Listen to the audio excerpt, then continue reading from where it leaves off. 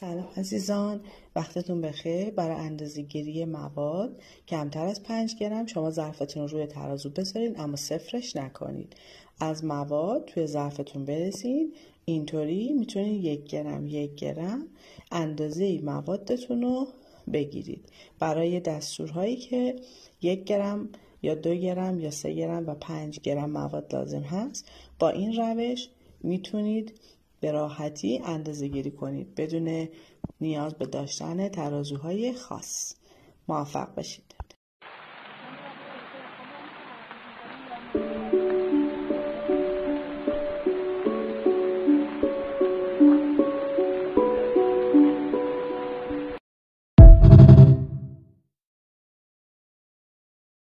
سلام عزیزان، وقتتون بخیر. برای اندازه‌گیری مواد کمتر از 5 گرم شما ظرفتون رو روی ترازو بذارین اما صفرش نکنید.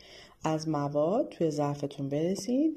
اینطوری میتونید 1 گرم اندازه موادتون رو بگیرید. برای دستورهایی که 1 گرم یا 2 گرم یا 3 گرم و 5 گرم مواد لازم هست، با این روش میتونید به راحتی اندازه گیری کنید بدون نیاز به داشتن ترازوهای خاص. موفق باشید.